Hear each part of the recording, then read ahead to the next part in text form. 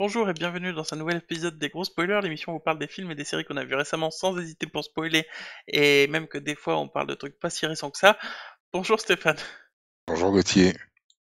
aujourd'hui tu voulais Effectivement, nous parler, effectivement. ouais. On va pas parler de quelque chose de très récent, on va parler d'une très vieille série, on va parler de la série Manimal, série des années 80, sortie en 1983 aux États-Unis, arrivée chez nous en France en 1985. Alors Manimal, c'est quoi? Manimal déjà ça commençait comme ça, c'est-à-dire générique, ouh et puis ensuite on avait une voix off qui disait: «J.C. Chase, belle situation, beau garçon, un homme qui a un avenir des plus brillants et un passé des plus obscurs. Des replis les plus profonds de l'Afrique aux sommets les plus élevés du Tibet, héritier du savoir de son père et des sombres mystères de l'univers, J.C. Chase, le maître des secrets qui ont séparé l'homme de l'animal, l'animal de l'homme. Il fait équipe avec une jeune femme officier de police et un ancien caporal rencontré au Vietnam, un trio qui combat le crime, qu'engendre la jungle de béton, le crime qui étend ses tentacules mortels sur un monde fascinant mais dangereux, le monde de l'homme animal. Voilà, ça commençait comme ça. Déjà, ça posait l'ambiance, c'était un truc de fou, tu là, tu «Oh Seigneur, Seigneur!» Donc la série Manimal, donc comme je l'ai dit, on s'intéresse donc à J.C. Chase, Jonathan Chase, en fait, que tout le monde ensuite a appelé Jesse dans la série pour un problème de traduction, tout bête, Hmm. puisque tout le monde l'appelait JC en anglais et tout le monde s'est dit: «Ah mais c'est Jesse en fait, c'est son surnom».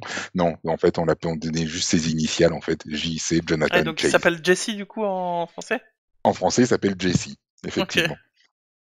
Heu, donc on s'intéresse donc à Jonathan, qui est un professeur, qui a un don particulier, donc ce don de se transformer en animal, un don qu'il tient de son père. Effectivement, là, on peut voir sur le côté pardon, on peut voir ici les transformations et tout, hop, en animal.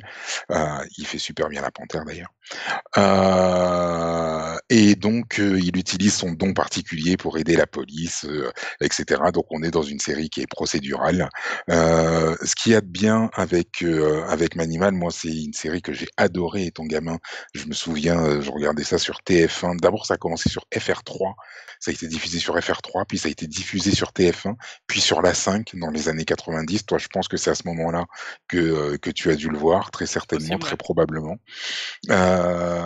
Une série qui a été créée par Glenn A. Larson, grand créateur de séries des années 70-80, Oui, c'est le puisque c'est frère lui de qui a Nicky. créé oui, c'est ça, c'est le frère de Nicky, effectivement, puisqu'il a créé Magnum, K2000, L'homme qui vaut 3 milliards, L'homme qui tombe à pic, Ah ouais, Buck quand même. Rogers.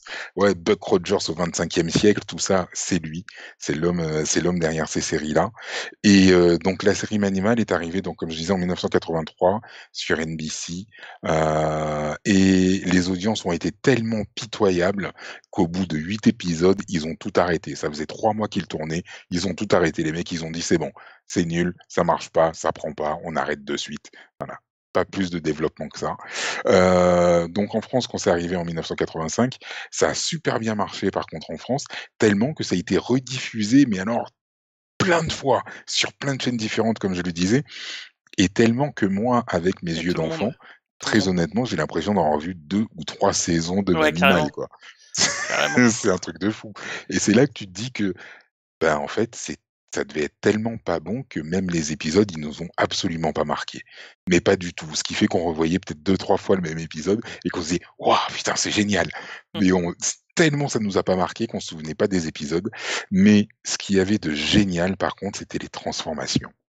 Moi, j'attendais Je sais que pas si ça c'est quand je regardais génial, les mais épisodes. à l'époque c'était Alors trop cool.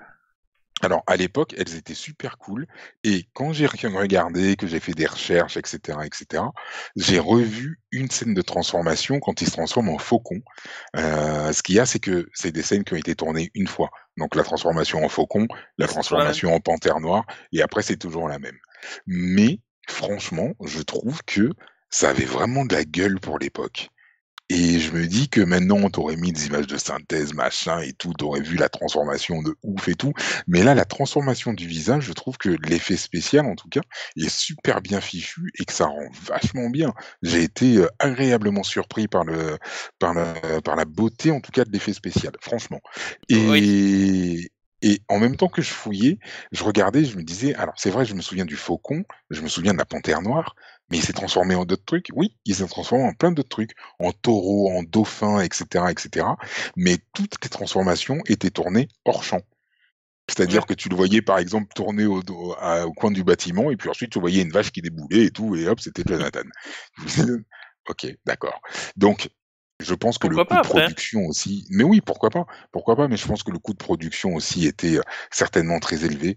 Mais pour moi, c'est un pur bonheur cette série et rien que le générique a été composé par Alan Silvestri à l'époque. Alan Silvestri qui a fait, toutes les musiques d'Avengers. Tous les Avengers, tous les films récents là. Retour vers le futur, c'est lui. Tomb Raider à l'époque de Lara Croft, c'est lui aussi qui a fait la bande originale. Donc, la bande originale en tout cas de Manimal, elle m'est restée en tête et aujourd'hui encore, je connais encore le générique, mais parfaitement. Parfaitement et j'ai adoré cette série. Simon McCorkindale qui incarne, Jonathan Chase est au top, je trouve. Un espèce de petit flegme anglais, tu as l'impression de voir un espèce de James Bond mélangé à Indiana Jones, enfin voilà. Et je pense que le seul problème enfin un des problèmes de la série, c'est que comme il y a que 8 épisodes, on n'a pas pu bien fouiller. Et quand tu as le speech de départ qui te dit qu'il y a un avenir des plus brillants et un passé des plus obscurs, quand tu sais qu'au Vietnam, il est censé avoir rencontré quelqu'un, donc ça veut dire qu'il a fait le Vietnam, ça veut dire qu'il y a eu énormément d'histoires autour de ce personnage. Et je pense qu'il y avait quelque chose à construire sur ce personnage de Manimal qui aurait pu être franchement bien et qui aurait pu donner une série, franchement fantastique et très, très intéressante. Voilà, donc on n'a eu que 8 petits épisodes avec des petits malfrats, des petites enquêtes basiques qui explorent pas vraiment, le personnage et je pense que c'est ce qui est dommage et ce qui nous a manqué. En tout cas, si vous pouvez regarder les 8 épisodes de Manimal, allez-y et faites-vous plaisir. Moi, en tout cas, c'est mon kiff de gamin et je pense que je vais me refaire ça prochainement. Voilà. Écoute, merci beaucoup. Ah bah, de rien. Avec plaisir, avec plaisir. Dites-nous si vous avez aimé ce petit format où on parle d'une série rétro, on pourra peut-être en refaire. Exactement Et nous, on va se retrouver pour un prochain épisode très bientôt parce qu'on a des gros spoilers. et qu'on aime ça.